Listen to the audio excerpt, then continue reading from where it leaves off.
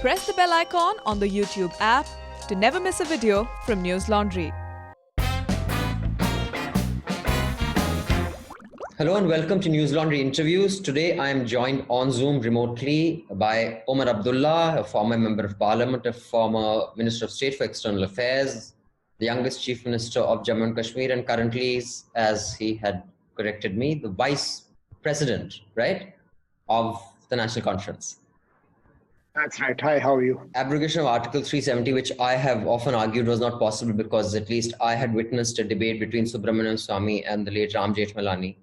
And Ram Jethmalani had proved legally to all the legal scholars that it is illegal because in order for that amendment to happen in the Parliament of India, there has to be, it also has to be passed by a Constituent Assembly. Do you think something illegal happened? And can the Supreme Court or anyone actually reverse that? Or it's done, now nothing can be done about it? I entirely and forcefully would claim that what happened on the 5th of August 2019 was entirely illegal and unconstitutional. The representative of Delhi in the form of a governor cannot claim for himself or herself the powers of an assembly, which in turn is claiming the powers of a constituent assembly. Because if that be the case, then... You were thrown into a detention. Your father was, the chief minister was. If this were to happen to, let's say, Mamata Banerjee was thrown into, arrest, or Naveen Patnaik, or even Arvind Kejriwal, or let's say Uddhav Thackeray, just their cadre is so strong. They have such a huge base that the state would come to a grinding halt. Did the fact that there wasn't this outpouring, is it a sign of the complete cynicism of the Kashmiri? Is it a sign, as some, say, that your parties that claim to represent the Jammu and Kashmir people don't have enough of a groundswell support? I mean, let's not forget, we are the same mainstream people that in 2014 in the assembly elections were able to get you turnouts of 40, 50, 60% in Kashmir Valley in assembly elections. As I've said, I mean, we don't represent the entire population of Kashmir Valley. The people that you talked about in one of your questions who believe that Azadi is the solution didn't want to come out and protest over something that happened in the Indian Parliament to do with the Indian Constitution and Indian laws. So the people who were willing to come out and throw stones when Burhan Wani died, or the people who were willing to come out and protest when a militant's funeral took place, weren't willing to come out and protest because if you pump as many security forces into Calcutta as you did into Srinagar or Jammu and Kashmir, and then ask Mamata Banerjee to organize a protest from behind detention, where she has no access to phone, no access to any of her party workers, and no access to the outside world at all. And you take her entire second rung of leaders and her entire third rung of leaders, and then tell her cadre to come out and protest. Kashmir is, in my view, one of those unsolvable problems. And I have in a past podcast that we did suggested that the only way out of this is it will be resolved in maybe 50, 80 years, not in my lifetime or even maybe, the generation below me. What, in your view, is a solution to Kashmir? And I'll just tell you from what I've understood. And, I've done a full 2-hour podcast on this, and I spoke to several journalists and legal experts, including Mr. Jethmalani and Subramanian Swamy, and journalists from Kashmir. You see, and a lot of them, when they would talk to me in private, like I'd say, do you support Azadi? They would say no, because that's not practical. But they would never say that to me when I was recording them. There is an actual groundswell of people not believing that they are part of India. I think it's important to understand that any solution that allows either India or Pakistan to claim victory against the other is a solution that's not going to work. Look, the hardcore Azadi constituency will remain an Azadi constituency. The idea is to wean those away from there who are currently espousing an Azadi cause out of a sense of disgruntlement, but are the sort of people that you talked about in your question, who believe that it is not practical but don't want to say it openly right now because... You have worked closely, I'm assuming, with Mr. Vajpayee as a minister in his government. So, and you have seen up close this government as an adversary. What was different in that BJP where you were an ally and a minister, and this BJP which threw you in preventive custody, whatever, house arrest or whatever you want to call it? Well, I mean, first and foremost, it's comparing chalk and cheese.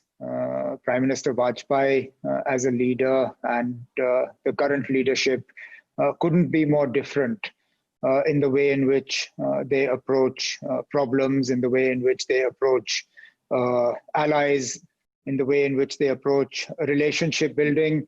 I'm sure some would suggest that...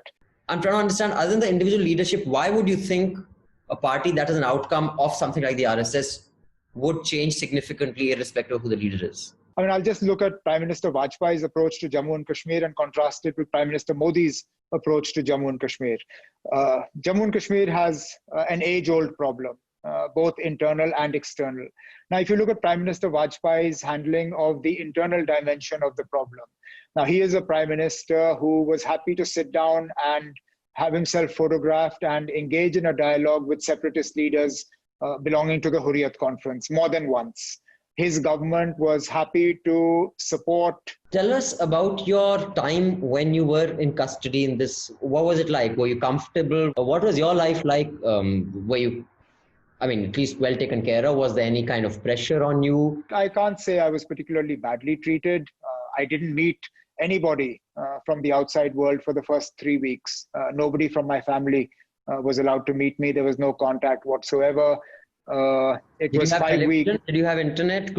Nothing. No, well, internet didn't come until I was released. Television, newspapers, it was 5 weeks before I saw television. I had no idea when Arun Jaitley died. I had no idea when Sushma Swaraj died. I had no idea about these developments because it took 5 weeks for television and newspapers to come. So that was a bit of a shock, finally realizing what's happening in the outside world. We had no idea. 80 or 90 years from now, when, if the government, what it's clearly attempting to do, in my view, is to get more people who are not culturally, ethnicity of Kashmiri in there, and they become a big enough demographic to become normal. And then Kashmir becomes a very prosperous and happy place. Although on the back of big injustice. Do you think that would have been a step forward than the last 70 years of a festering wound? Was Kashmir not a happy place before 87, 88? Yeah, I don't know, Omar, because, I have, like I said, I've spoken to certain people who say that it was happy, but peace does not mean, calm does not mean peace. It could be fear of... It was peaceful. It was calm. It was peaceful. You didn't have militancy. You didn't have violence. Yes, you had a constituency that did not identify with what happened in 1947, that did not see Jammu and Kashmir as a part of India. But it was a peaceful constituency. It wasn't a violent constituency. That's like the argument of those people who say, well, emergency was justified because it allowed for a more disciplined India. Trains ran on time. Newspapers were more responsible, etc., etc. How can any benefit that flows out of an injustice be justified? So where now? Where do you and Mehbooba go now? How do you think this is going to play out? Surely that must have played in your head because such a huge... that's the one question I don't have an answer to. I don't know where now.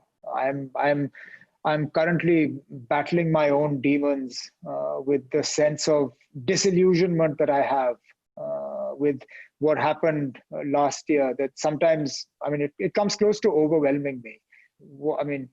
Look at what the government of India did, the way it used parliament and rammed through the changes that it did. This was a country going back on its sovereign commitment made to the people of Jammu and Kashmir. With what's happening in Britain and the EU now, Britain is going to go back on a commitment they made to the EU. You think we are in an age of politics the world over where integrity, honor, these things have no meaning, they have no value? Well, in which case, I'm not the politician for this era. I'd like to believe that there is a place for being honest. I'd like to believe that there is a place for truthful politics. If that is the era we are entering, you're too young to not do anything. What are you going to do with yourself? What are your plans for yourself? Do you know any good headhunters? All right. That's another question. That is another question I have grappled with. To watch that full, unedited interview, subscribe to newslaundry.com and pay to keep news free. Because when the public pays, the public is served. And once you're a subscriber, you get access to all our interviews unedited. Until then, you just have to make do with these excerpts. So pay to keep news free and get the full News Laundry experience.